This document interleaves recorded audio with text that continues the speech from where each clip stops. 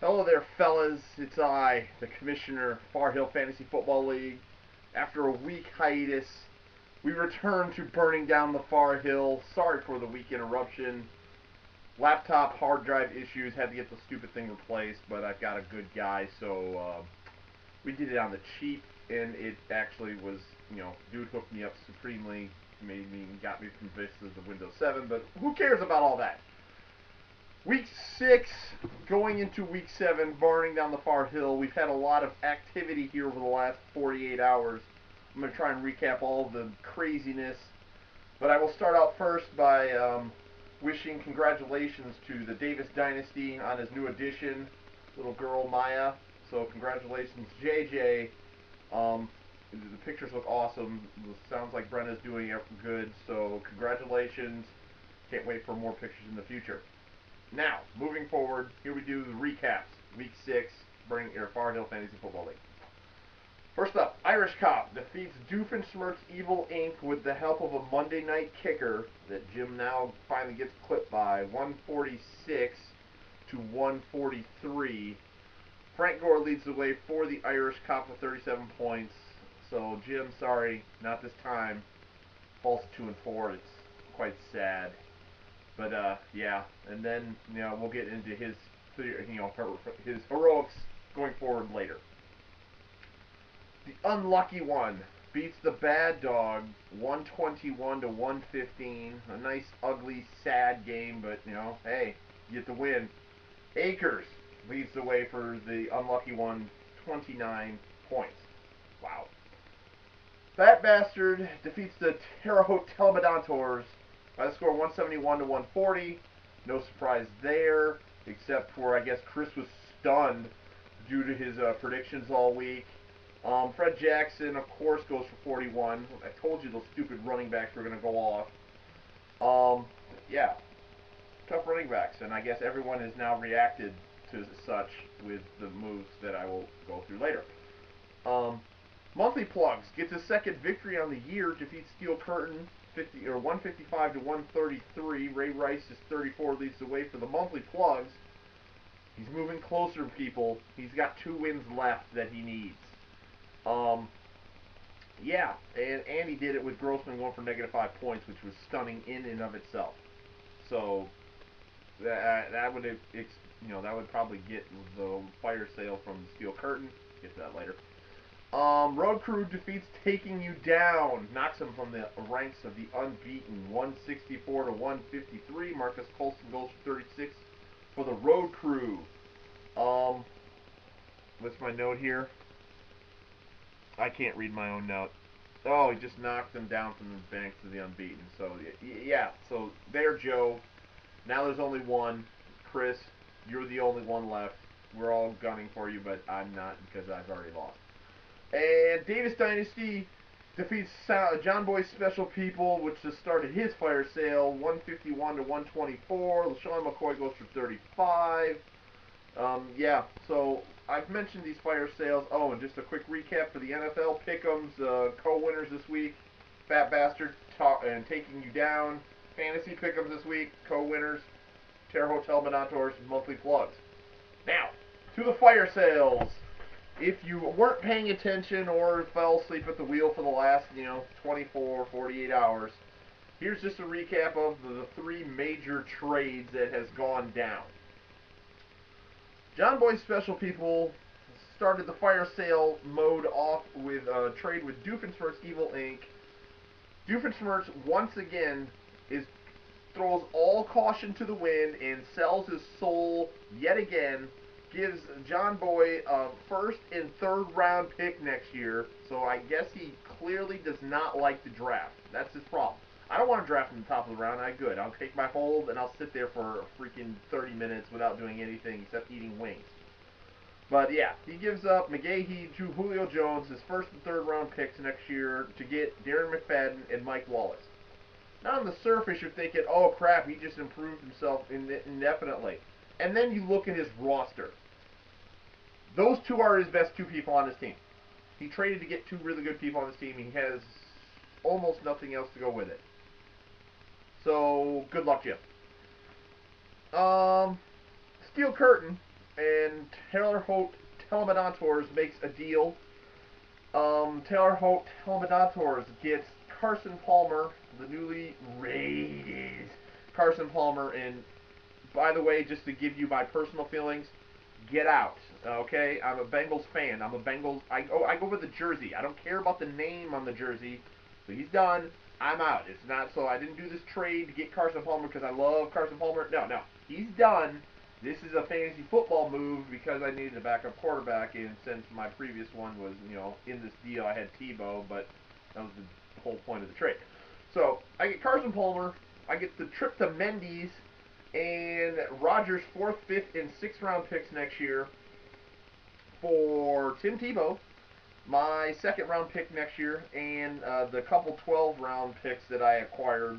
I think one's my own and one Rodgers. He got his own back. I don't know what it was. A couple 12th round picks that I had acquired somewhere else. So there's that trade, and last but not least, Steel Curtain makes a trade with the Monthly Plugs, which Monthly Plugs was fighting this one for several weeks. I have talked to him on this one, but he finally pulled the trigger on it.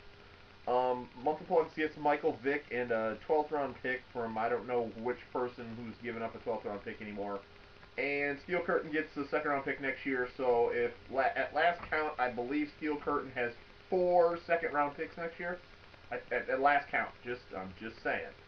So if anybody wants to go get Miles Austin, and he's not worth a second round pick, I'm just saying he's not playing like a second round pick. I don't give him the second round pick. Just on name value, go make him earn it. But yeah, so there's the 3 major trades that pretty much went down yesterday afternoon. Cry, be happy, joyous, whatever. Take all that into it and move forward. So now that will move me into our recap or our previews for next week.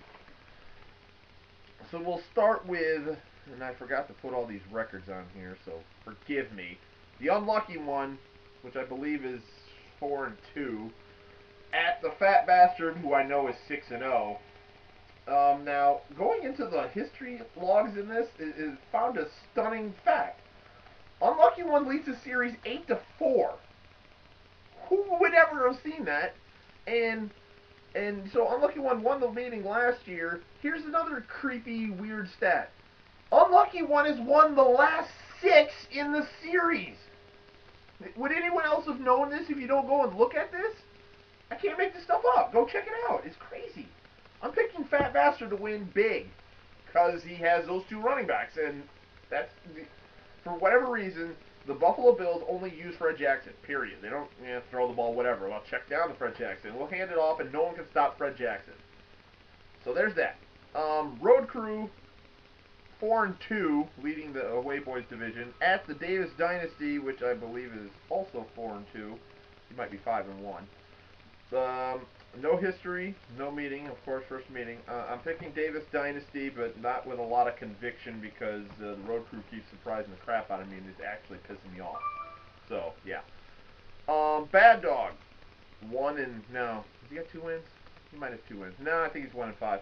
At Irish Cop, who I know is 3-3. Bad Dog leads the series 4-2. They did split the series last year. No hoopla. I'm going Irish Cop because, yeah, Bad Dog hasn't shown me anything to do anything. Taking you down 5-1 at Monthly Plugs, which I know is 2-4. Taking you down won the match last year for the only win in the series or game in the series. I'm doing Taking You Down, and I'm actually doing it quite big because I think that Joe had an off week last week. Sorry.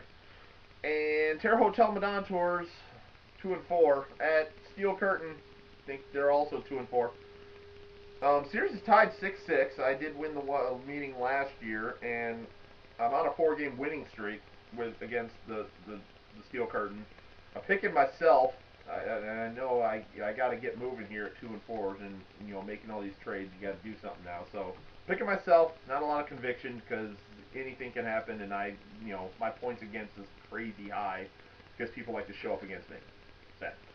And last but not least, all their trading partners playing each other, which is another funny stat. Doofenshmirtz Evil Inc. at John Boy Special People. I know John Boy I can't remember what he's got, 2 or 1 win. No, he's got one because it was to me. Um, so we got that. John Boy leads the series 13-4, which in this long storied history is kind of a wide margin. Um, John Boy did win the series or game last week. This is the Eskimos brothers battle, and if you need to know what that is, they had relations with the same female that's not yeah, them two had sex with the same girl. How about that? Done. And so, yep, that's what this is. Eskimo Brothers Battle 2011. Um, John Boy won the last 3 meetings in this series. Crazy. So I'm picking Doofenshmirtz just because of John Boy's fire sale. And yeah, so that is our weekly look at the games here. I will point out as a note that if you're looking for me on Sunday, you will find me at Ford Field. So don't call me or don't if you need any last minute something or you need me to input something in the system. You're gonna have to wait till I get back home. I'm gonna go see my Matthew Stafford and my Roddy White, and if Javid Best actually wants to not be concussed, or the new acquisition of Ronnie Brown. I'm gonna go see all that on Sunday, so I'll be at Ford Field. So don't you can call me or whatever, but somehow the last time I went, there was some magnetic field around Ford Field, and I couldn't get a cell reception or internet connection on my phone. So who knows? But I believe that is all for this week. It's a crazy week. We're pretty much at the halfway point. So I guess everyone needed to get their moves in. So here we go. And also I'm in pimping the Forest Hill Central, OK Black Conference champions. So they're going for outrightness on Friday. Just got to beat the pesky Union. I can't remember what their nickname is. So yeah. And yeah, so with that, I bid you all a fond adieu and good luck this week.